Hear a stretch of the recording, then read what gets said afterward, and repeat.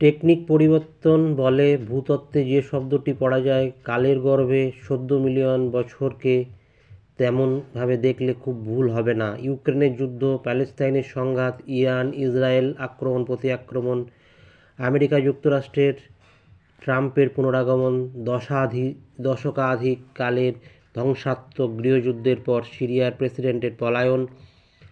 বাংলাদেশের প্রধানমন্ত্রীর ক্ষমতাচ্যুতি, দক্ষিণ কোরিয়ার প্রেসিডেন্টের ইমপিচমেন্ট এবং বছরের শেষ সপ্তাহে ইসরায়েল কর্তৃক পরমাণু বোমা নিক্ষেপের অনুমান, সব মিলিয়ে যে পরিস্থিতিতে নতুন বছর পায়ে পায়ে প্রবেশ করলো তার মধ্যে টেকটনিক কম্পন অনুভব করা যেতেই পারে। আর এর সঙ্গে যদি কেউ যুক্ত করেন বিগত বছরটিকে কৃত্রিম বুদ্ধিমত্তার অদম্য অগ্রগতি ও পরিবেশ সংকটের উত্তরোত্তর মাত্রাবৃদ্ধি, তাহলে বোঝা সহজ কেন নতুন করে মানব